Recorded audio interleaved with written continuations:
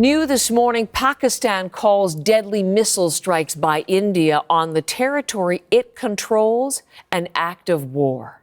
Pakistan reserves the right and will respond to this aggression at a time, place, and means of our own choice.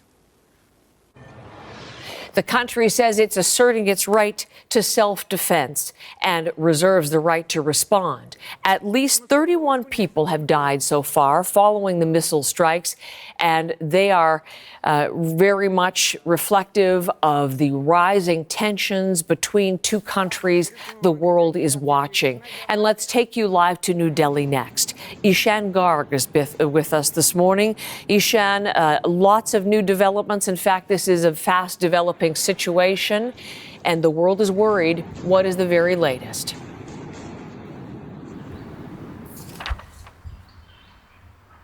Well, Indian officials, Heather, have said that they have only targeted what they call terrorist installations, terrorist training camps within Pakistani territory. Now, to be very clear, they say that 9 strikes were carried out. 5 were inside the Pakistani-controlled part of Kashmir. The other 4 were within mainland Pakistan. And Indian officials say that these were the sites that were being operated by 2 terrorist groups, Jaish-e-Mohammed and Lashkar-e-Taiba. And these are 2 terrorist groups that have claimed responsibility for a number of terrorist attacks in the past in India.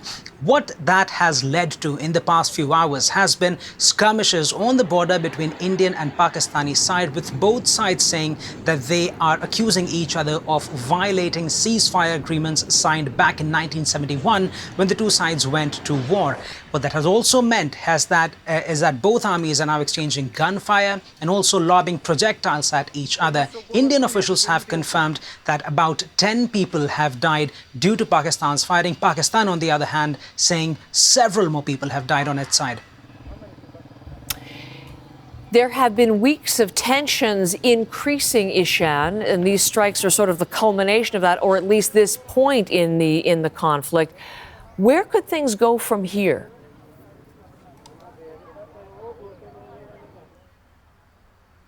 Well, this is certainly the culmination, because Indian officials have said that this is basically payback for the April 22nd terrorist attack that took in Kashmir, in this district of Pahalgam, when 26 civilians were killed.